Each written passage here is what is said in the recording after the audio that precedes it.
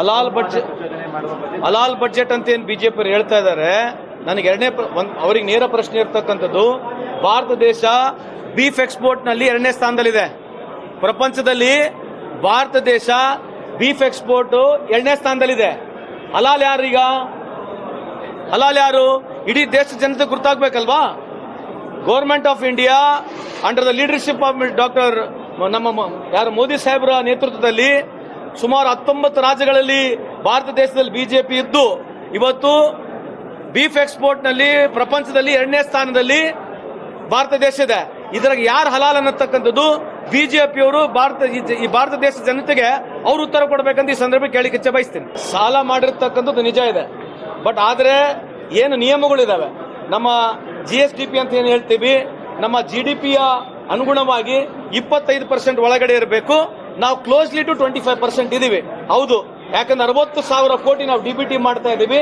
ಇದನ್ನು human resources development, ಇದೇನು human resource development ಅಲ್ಲ ಅಂತ, ಇದು ಹ್ಯೂಮನ್ ರಿಸೋರ್ಸ್ ಡೆವಲಪ್ಮೆಂಟ್ ಆಗುತ್ತೆ.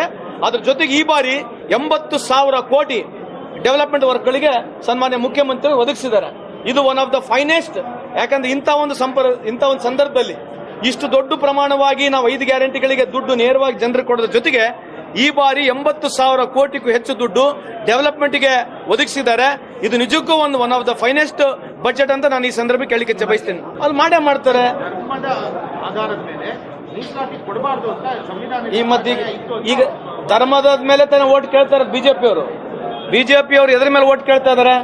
GDP ಮೇಲೆ, ಎಂಪ್ಲಾಯ್ಮೆಂಟ್ ಮೇಲೆ, ಏನು ಬಹಳ ಇಡೀ ದೇಶ ಡೆವಲಪ್ಮೆಂಟ್ ಅಲ್ಲಿ ಕೇಳ್ತಾ ಇದಾರ?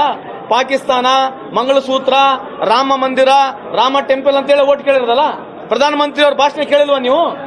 ಏನಿತ್ತು ಪ್ರಧಾನಮಂತ್ರಿ ಅವ್ರ ಭಾಷಣ? ಇದ್ರ ಮೇಲೆ ಹೇಳಿರೋದು, ಮಂಗಳಸೂತ್ರ, ತಾಳಿ, ಇದ್ರ ಮೇಲೆ ಓಟ್ ಕೇಳಿರೋದು. ಎದಕ್ಕೆ ಸುಮ್ಮನೆ ಮಾತನಾಡ್ತಾರೆ ಬಿಜೆಪಿ ಅವರಿಗೆ ಇದೆ.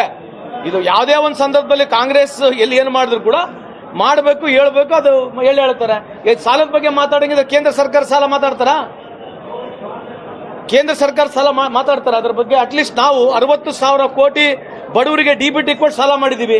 ಇವರು 2018 ಇಸ್ವಿನಲ್ಲಿ ಎಷ್ಟು ಸಾಲ ಮಾಡಿದ್ದಾರೆ? ನಾವು 1,20,000 ಕೋಟಿ ಸಾಲ ಮಾಡಿದ್ರು 2013ರಿಂದ 2018ವರೆಗೆ. ಇವ್ರು 2.5 ಲಕ್ಷಕ್ಕೂ 3 ಲಕ್ಷ ಕೋಟಿ ಸಾಲ ಮಾಡಿದ್ರು.